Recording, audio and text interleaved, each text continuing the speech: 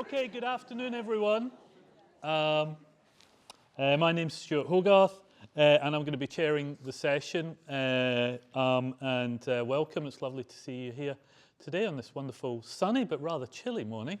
It's my great pleasure to welcome Lorenzo Posocco to present to us today. Lorenzo is a postdoctoral fellow currently at the University of Copenhagen. He's got a background in history, something we share in common, but he holds a PhD, a dual PhD in Sociology and Political Science from University College Dublin and the École des Hautes Études en Sciences Sociales. You should have done this, Patrick, from Paris. So he's previously been in lecturing research appointments at UCD in Dublin, in the Università di Roma Vergata. Oh God, I lapsed into an Italian accent there. That was embarrassing. And he's been a visiting scholar at University of Cambridge, Princeton, Graz, Austria, etc. He has a wonderful kind of array of publications spanning topics including nationalism, environment, immigration, war, and memories of past atrocities. Today he's going to talk to us about his forthcoming book, Violence and Lies, which is attempting to do a micro-macro history, and I'm sure we'll have an interesting discussion about how we relate the micro and macro methodologically, analysis of the ways in which military power violence intersects with the strategic use of different forms of deception in the exercise of power over. Power over. I can think of few topics that are more timely, given the kind of a rise of authoritarian right-wing securitization of immigration in countries like America. But as Lorenzo's talk, I'm sure, is going to explain, actually, timeliness is not an issue with this topic. It's a question of the longue durée and its perpetual relevance. Okay, Lorenzo, the floor. Thank you. Thanks. Floor is yours. Yes, power over. Yesterday I was thinking it's going to be very difficult for me to present the book. It's actually a rather big book. It's like a 400 pages book, and the micro part is preponderant, is very strong, but I will try. I mean, the goal is really to just present an overview of the work and get your feedback. I wrote the book in the last 2 years. Well, let me see why this is not suddenly not going. Yeah, it's going now. The book examines power. Stuart said power over, because there are many different types of power. There's power with, power in. Power over is the power of domination. So it's basically a book about domination. And domination through history. I have several case studies I will show you, exploring basically how violence intertwines with lies and deception in the act of domination. The goal initially was really to just use these case studies to prove that lies and deceptions are really important when it comes to power over, and that it's not only about violence, but we have to take deception and lies into account. And this, when it comes to power theories or theories of power, this is not done very much. And then it suddenly became clear to me that when I used this new lens of lies and deception, I could also revisit historical, events in a way that, it was new and interesting, at least to me. So at some point, I came up with this concept, which is the concept of structural deception, and that is about the macro part. I'm sure you know about structural violence. I will talk a little bit about it, and I added to it the deception part. I also tried to revise a little bit the famous Weberian statement of the legitimate monopoly of the state. Of course, the monopoly of violence.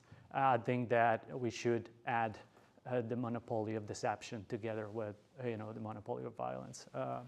So the book came into being when I was reading this other book, The Life of the Admiral Christopher Columbus, written by his son Ferdinand, and you see the cover of the book. It's about that.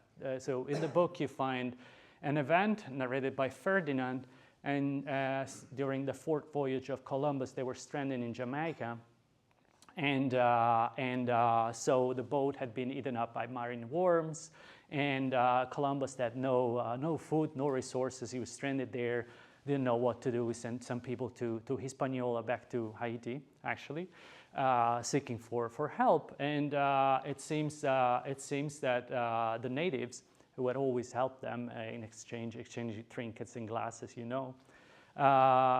refused to provide food for them. So interestingly, he had astronomical tables with him, knowing that in a couple of days there would have been a lunar eclipse. So he summoned the chiefs and said, "My God is very angered with you because you're not providing food for us. So showing his anger, he will darken the moon and stain it blood red, and if you don't do what I say, he will destroy you." Of course, some of the natives, actually, the Taino people, they started to laugh. Others were skeptical, saying, "Let's see what is going to happen." The lunar eclipse actually happened, and they were obviously very scared, and immediately provided food and and resources to him. Now, this is probably a story that's been embellished probably by his son, but it inspired me. It was like, oh, maybe there is more. Maybe there are other events. Maybe there are other instances of deception and lies that Spaniards used in the conquest of the Americas. Maybe I can use it. Maybe I can come up with a greater narrative. Maybe I can come up with more. And then our case studies came up, and of course I wrote the proposal, and the editor said, "Yeah, why don't you add this in that case study?" And so the book came into being. Let me see here. Why this? Okay, yeah. Let's go on. So this is the content of the book. Really, I look at the conquest of the Americas, Scramble for Africa, so colonialism. I look at the Holocaust, the war on terror, 9/11, the rape of Nanjing, and the final chapter is on climate change. And then I have a last chapter on the long run, like trying to advance theory as much as I can, or let's say to add a little piece to the puzzle. So I will start. Oh, very importantly, first of all, when I will use lies and deception, I obviously mean two very different things. When it comes to lies, as you can see, it's about sharing false information, either in writing or verbally, to mislead a group, most often to foster a false belief. When it comes to deception, deception is much broader. Deception, you have various tactics. You have omitting information, offering half-truths, exaggerating details, a manipulated situation, and even environment, as the Nazis did in Theresienstadt. You may know the Verschönerung of the Nazi camp, when the International Red Cross was, called to actually visit the camp. They in a few days they had to, of course, expel the people that were, because the camp was overpopulated. They had to expel, send them to Auschwitz, and build schools, kindergarten, to show the Red Cross that that was really the model of the Jewish camp. So, and I have that example as well. So we obviously, given the time, we cannot go through all the case studies. So as I said, I will be content to show you what I did. And then if you have questions, we can talk about it. And yeah. In terms of methods, what I did, I used primary and secondary data sources. For example, in the case of Columbus, I will present now Columbus's journals. His own journals, the things he wrote. memoirs of Guantanamo's detainees, and memoirs of Holocaust survivors, memoirs of explorers during the colonial era, for very famous figures such as Henry Morton Stanley, the one who saved Dr. David Livingstone, looking for the source of the Nile, Gustav Nachtigall. Then what I did was a kind of discourse analysis, identified narrative of lies and deception in these works. I did content analysis, so I coded, those instances there, and I came up with a kind of a taxonomy of deception, so with a number of categories that I will show you. And then, of course, I also did event triangulation, cross-checking of the events, whether one source says one thing and the other one says another thing. There is a problem. So in terms of lies and deception, I look at this in the first chapter, I look at Christopher Columbus, Nicolas de Ovando, Alonso de Ojeda, Hernan Cortés, and Francisco Pizarro. Today, I will just say just a few things about Columbus. The first thing that came up very clearly in his journals was the predatory intent. Usually Columbus is seen as this explorer, right? He found, he discovered a new world, and there is this common narrative, common theme, so to say. What I found, it's really like, since the very beginning, it's clear that there was a predatory intent behind.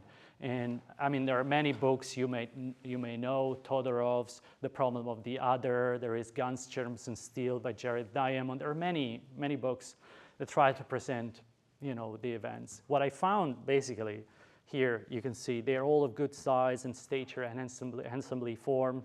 Multitudes of men came to the shore, all young. So he was basically, that was a kind of a cattle market for him. He was studying, who these people were.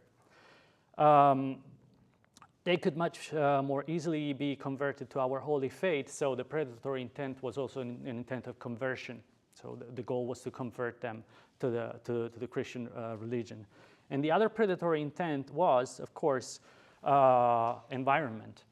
Now, last year I wrote a paper about how climate change and how the exploitation of the environment actually has a very old thing. It wasn't born yesterday, and I think, I tried to connect it to this gaze, to this predatory gaze, and you can really see it, in Columbus as well. So the most beautiful that I've yet seen, the trees in great numbers, and then in the end he would say, I'm mortified that I have no acquaintance with them because I cannot exploit it, I cannot use it, and this really reminded me of Erich Fromm, the famous book Sein und Haben, to be and to have, right? The very different approach that the Spaniards have was the to have approach, to possess. And but to possess, for Columbus, these were really just a bunch of people, in a very remote land. And so they were very, very risky, right?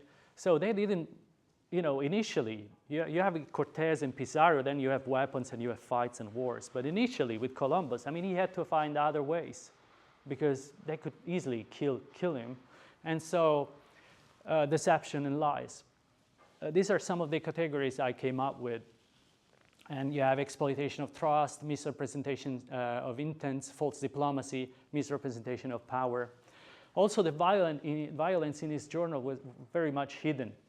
So here you have an extract here. Yesterday, a canoe came to the ship with 6 young men. 5 of them came on board, whom I ordered to be detained.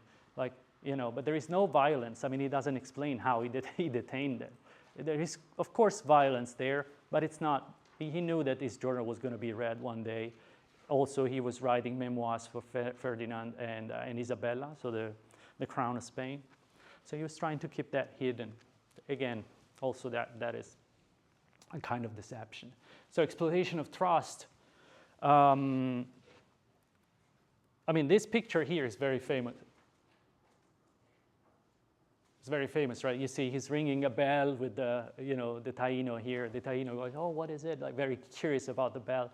And then they would exchange gold and silver for a bell or a glass or whatever. And he kind of boasts out of it.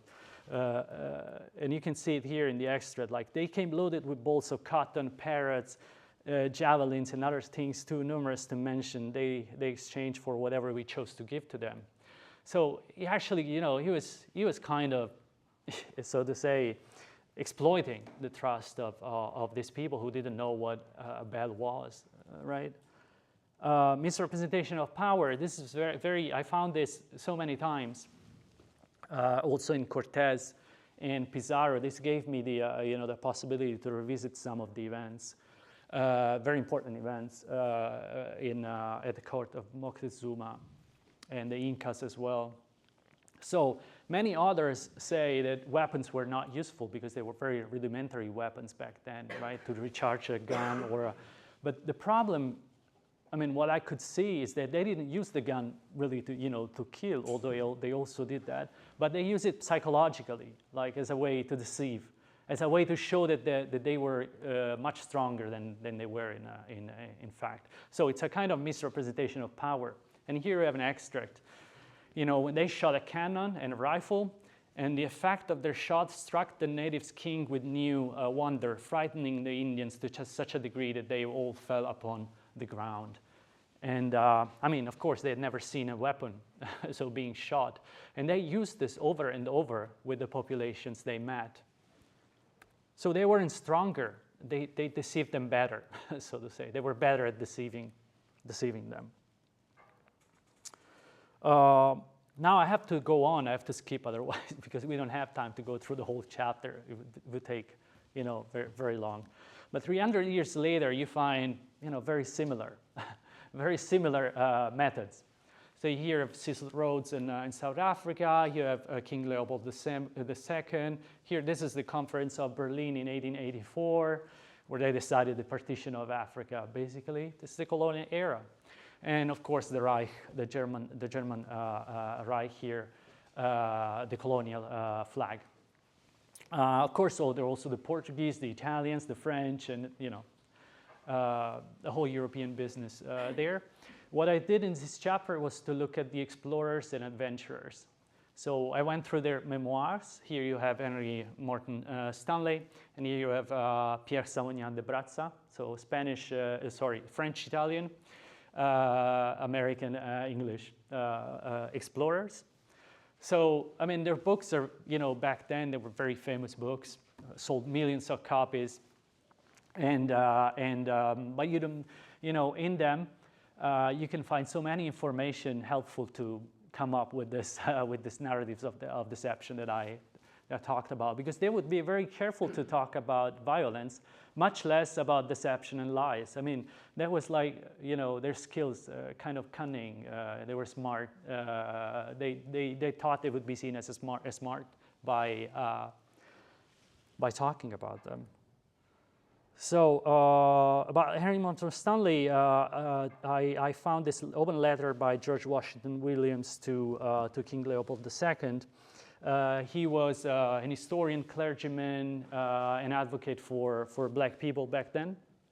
And in his work, I found information about Henry Morton Stanley that were very useful to kind of show you how the same methods were used also, you know, 300 years later. So all the sleight of hand tricks had been carefully rehearsed, and he was now ready for his work, meaning that these people, these adventurers, these explorers, they were not just exploring, but they're exploring for somebody. And usually that was a state or an organization that was linked to the state. And so they always had a contract with them. So, and the Scramble for Africa, as Packeman called it, was basically to rush to the chiefs, make them sign, and give up their land, basically, and plant the flag, and that was then, you know, territory. Of course, the chiefs didn't really understand what they were giving up, because they were, on the one side they were frightened, and I will show you how. On the other side, they really couldn't read, so they just, you know, signed with an X or whatever. And so the land sacked. Again, this is misrepresentation of power. The white brother took from his pocket a cigar, carelessly bit off the end, held up his glass to the sun and complacently smoked his cigar to the great amazement and terror of his black brother. So the white man explained his intimate relation to the sun and declared that if he were to request him to burn up his black brother's village, it would be done. Interesting way. They did the same with electric batteries, so that they connected some electricity, through a battery, and so that when they shook hands, it gave a shock. And it was told that the white man could pull up trees and perform the most prodigious feats of strength, and so on and so on. I mean, I need to go through, but there are many of these instances that I found. In terms of contract, this is an example of the contracts they were. This is his contract. I mean, Henry Morton Stanley went around, with his contract that he made the chiefs sign. The chiefs, Xombi and Mafela, recognized that it is highly desirable that the Association Internationale Africaine should, for the advancement of civilization and trade, be firmly established in this country. So they therefore now, Manianga, freely of their own accord for themselves and the heirs and successor forever, do give up the said association, the sovereignty and all sovereign and governing rights to all their territories. So basically this was the kind of contract. They say in exchange, what we're going to do is, of course, we're going to promote its the prosperity of the said country. We will protect its inhabitants. It was promising. This is the famous, civilizing mission. Kipling's burden of the white man, so to say. But we know that the reality then was very different, right? And I also look at that reality in terms of violence, of course, and you have, hands and, legs severed, noses, ears. This is the Germans in West Africa, the Herero genocide as well. And this is some lines I wrote in the book. After these forces' deceptions procured them a vast territory on paper, because they had it on paper. Finally, they had the contract, and they could, that legitimized their power, right? Once that the law, legitimizes it, then the army came in, but only at a later stage. And that's why I'm, my goal was to see how how violence and deception intertwined. And, many times deception comes first. I mean, at least in the cases I studied. Not always, but I mean, many times deception comes first in a kind of economy of power. So if I can get, to get you without using violence, which is very costly, all the better. And so this is the case. So those who resisted excesses or rubber quotas, for example, in Congo, or dared to question the treaties, was swiftly punished through raids, killings, or mutilations. And then a regime of terror cloaked in the legality, because the contract was there, it was legal, right, of those earlier deceptive agreements. Arbeit macht frei, could there be any bigger lie than that? I mean, it's very hard to match it, I would say. So Arbeit macht frei, whether you believe it or not, there were people who believed it.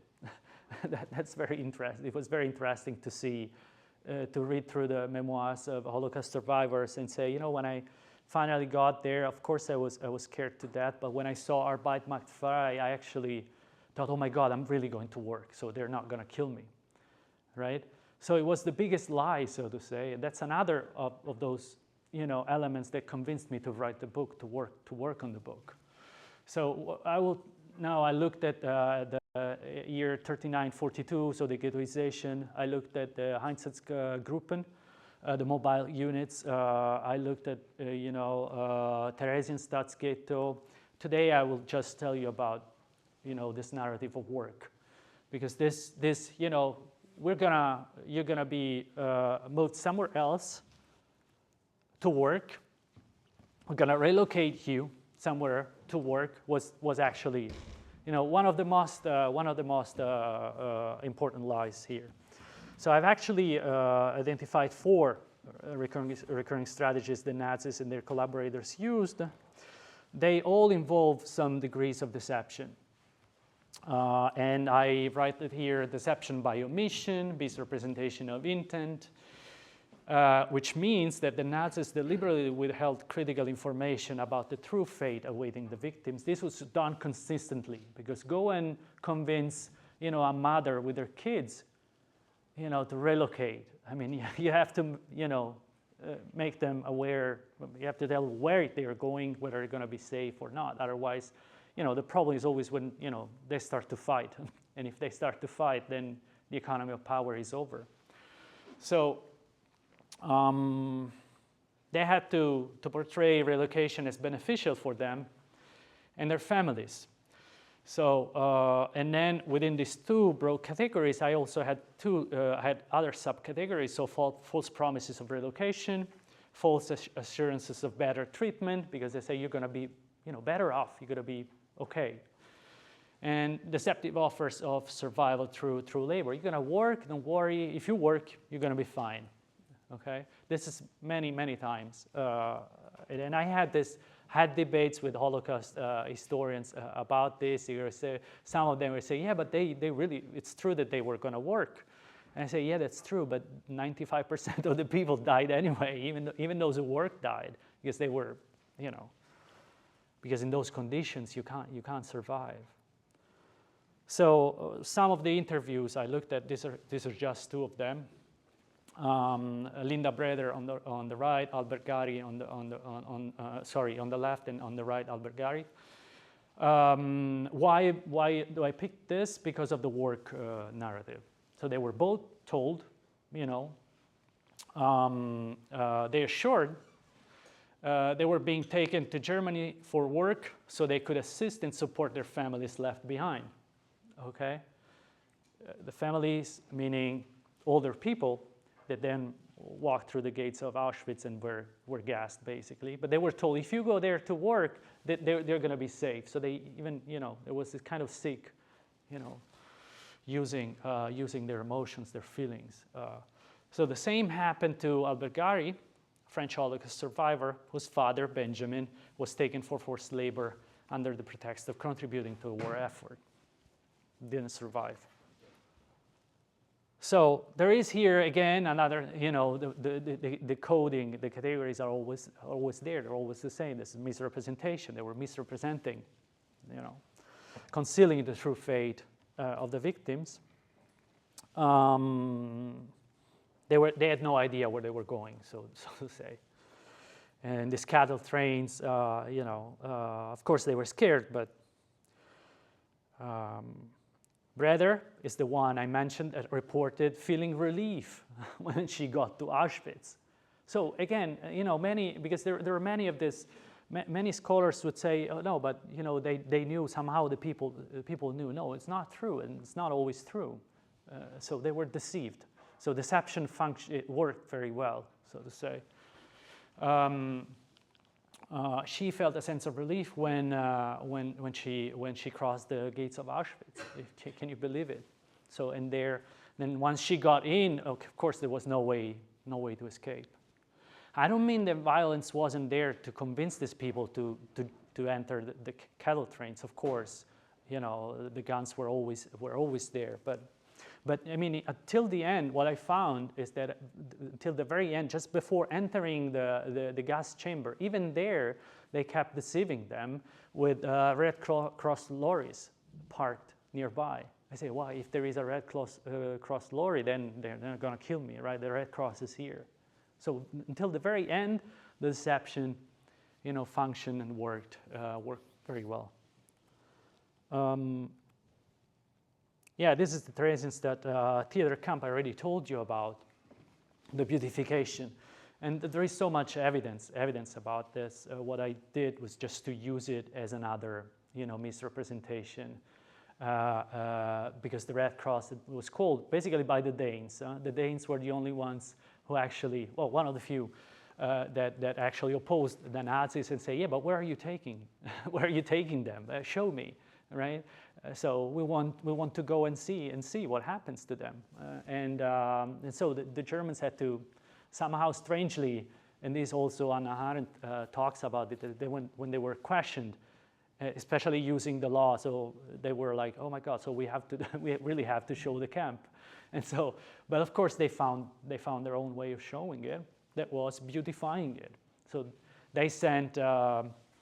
I think this number actually is not correct. There were more people sent to Auschwitz just to free the camp, to make it better, because you cannot show the Red Cross in overpopulated concentration camp. Actually, this, according to Himmler, this was the model of a Jewish camp. So it had to be a Jewish camp that was actually led and ruled by the Jews themselves. It was of course a lie all the way. So I looked at the rape of Nanjing. I will not go through this really. I don't think I have much time. What's time? 1:05. Do we have half an hour? Right, half an hour. Okay. Well, 1938, the Japanese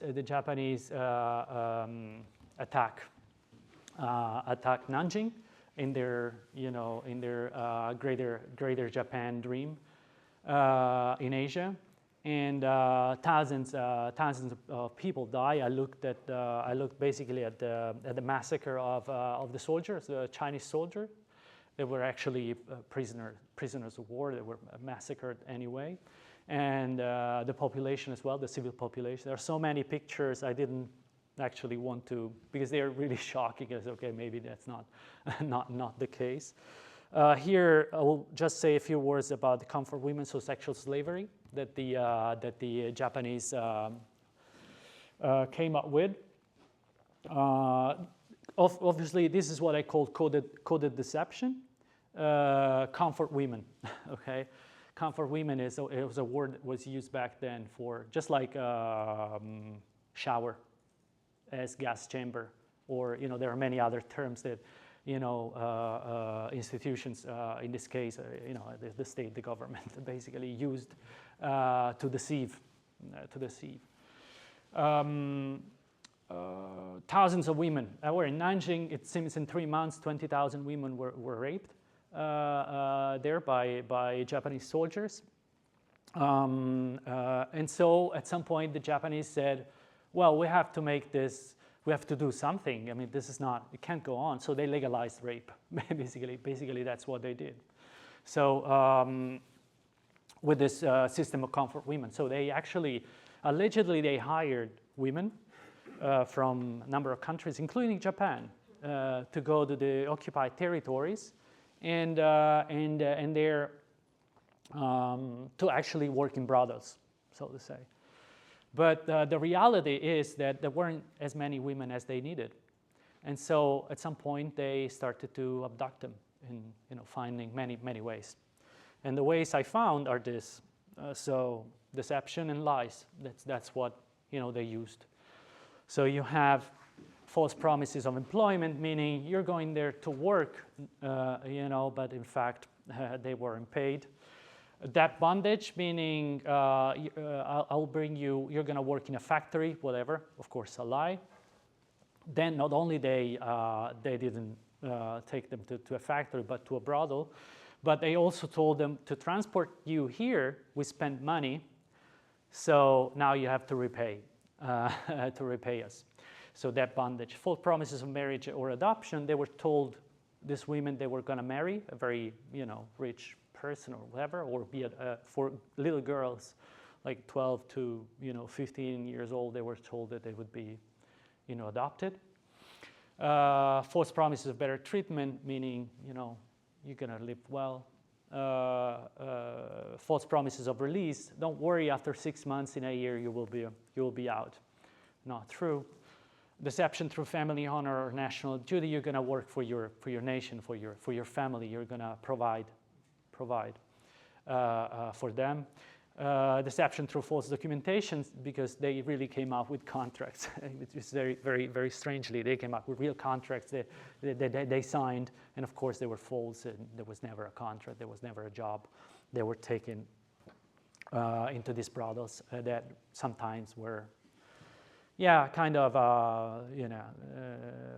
terrible places, not necessary to go through to go through this, but the violence, the violence also was there, very, very present.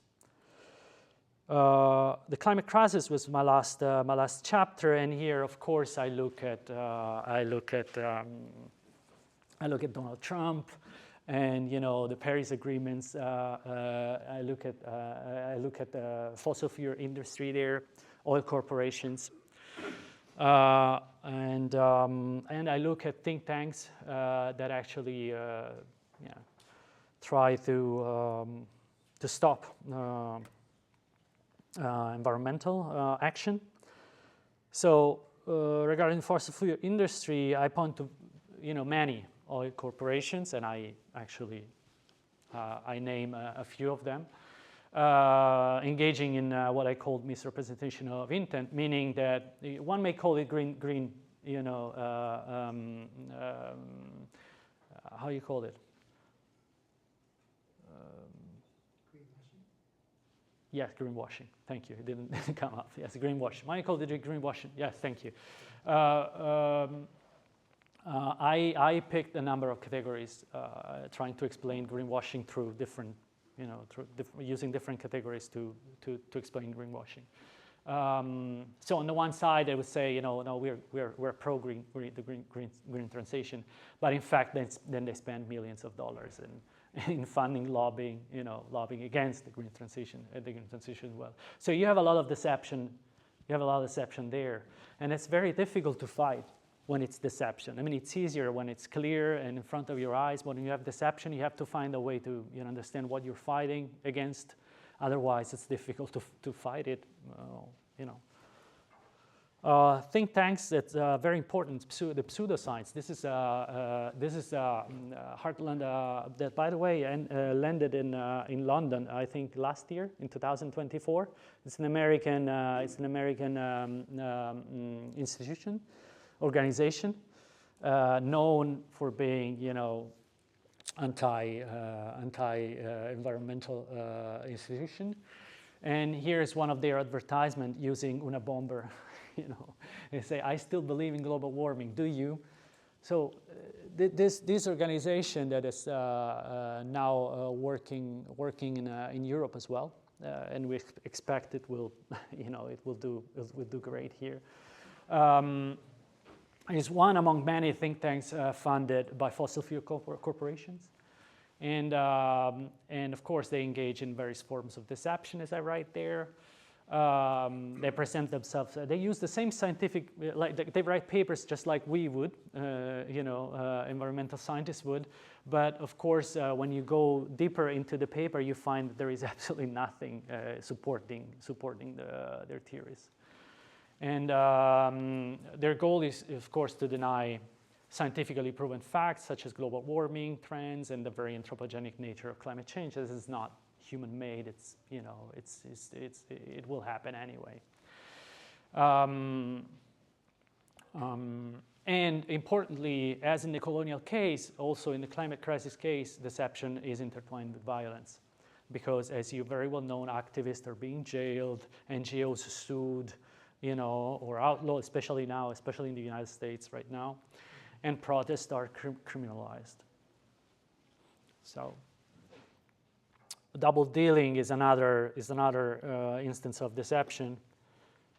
Yes, another instance of deception. I have this case of ExxonMobil that sent this letter to the Trump administration in 2017, so soon after he got to power in 2016. Saying, no, you should stay in the Paris agreements. You shouldn't leave. And it was picked by many newspapers saying, oh, you see, ExxonMobil is green. Actually, they want to stay in the Paris agreements.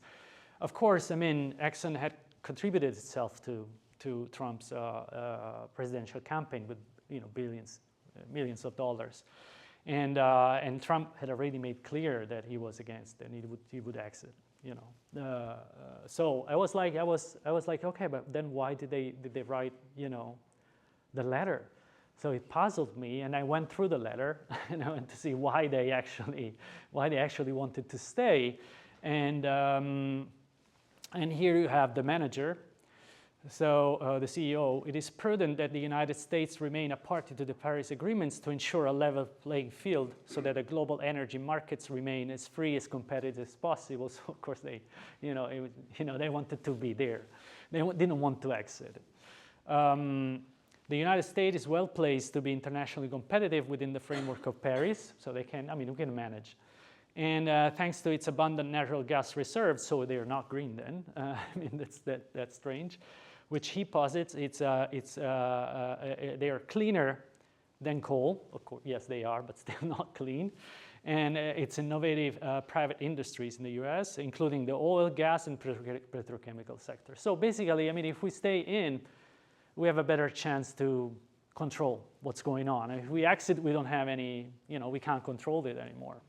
So, to me, one may argue, is that right here, that, Exxon was not really acting to protect the environment. It was, positioning its own business interest at the forefront of the American energy agenda. So again,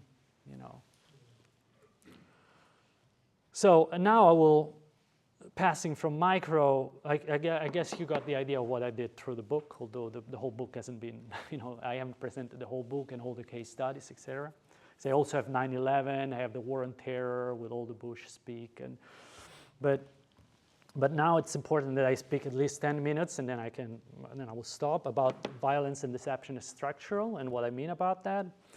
So when I say structural, I mean that violence and deception don't work only at the micro scale, so individual or group scale, but they work at a bigger scale through institutions, laws, norms, all things that are basically structural.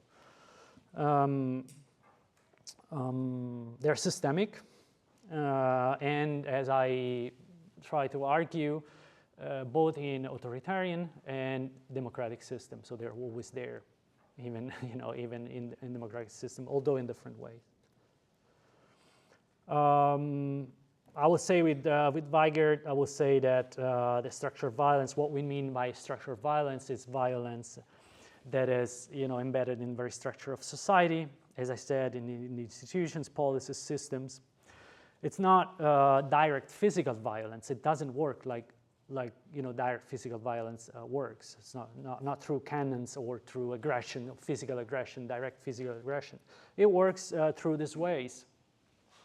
So, for instance, when a government imposes a blockade or economic sanction that prevent food, right, medicine, and clean water from reaching civilians, then that's structural killing, that's systematically killing. Although there isn't somebody who kills, directly on the spot, but they're still killing. That's structural violence, basically.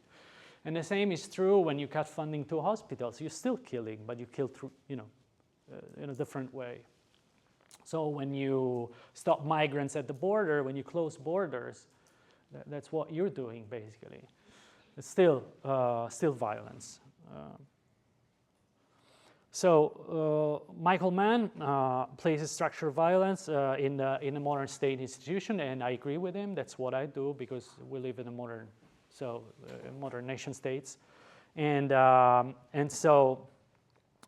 also agree with Michael Mann that since the 19th century, military institutions are part of the state. All military institutions are state institutions. There are no military institutions that work beyond the state besides paramilitary. Okay, it's much smaller. And this is true since the 19th century. You have a number of examples here that the state put the military under its umbrella. Now, why do I need this in the book? I need this because this leads me to Max Weber, of course. Max Weber that states that the state is the human community that successfully claims the monopoly of the legitimate use of physical force within a given territory. But Max Weber didn't look at deception, and not many others didn't look at deception either. So we have basically a piece of the puzzle that I thought, is missing. Yeah. And so we need to bring in, structural deception to actually make it, more complete, so to say. Just like structural violence, also structural deception doesn't require clear perpetrator or an immediate act, right? It is mostly indirect, systemic, and often difficult to detect. And I will bring you a few examples. So, in fact, in the Holocaust, the rape of Nanjing, although I couldn't go through all of them, but the colonial scramble for Africa, deception was not only episodic, or but it was really structural in a sense that the state institution was there, helping with laws and various organizations and institutions, the deception itself. So the Nazi and Japanese authorities, as well as European colonial powers, developed bureaucratic procedures, right? Propaganda systems, legal fictions, as the contracts I was showing you, that routinized lies about instances, resettlement, protection, civilizing missions, allowing mass violence to be planned, coordinated and normalized. And that was very important. Of course, I say it much more beautiful in the book, but yeah. So the long run, and we were talking, Stuart, you were saying about, the micro, the macro, the long run, since when this is, functioning, and structural violence and structural deception. If you consider these two things together, what I came up with is that these are the very instruments that actually allow power, also authoritarian power, to work in the long run, to be persistent, to be durable, so to say. As I say here, this goes really against Hannah Arendt's theories, especially on violence. And she says, violence can always destroy power. Out of the barrel of a gun grows the most effective command. So what can never grow out of it is power. So she says violence doesn't bring power. Of course, hers is a normative approach, and I understand it, and I share it. Of course, we don't want violence to be power, but historical case studies tell you the opposite, that violence is power. And of course, we can and do support, right, the fact that it shouldn't be, but history tells us the opposite. And so in the book I debate about this. And I take she says that violence doesn't create power, and she says, especially the banality of evil, you may remember. She also says that authoritarian power doesn't last, and that at some point, it crumbles. And I'm like, no, that's not true, or that's not always true.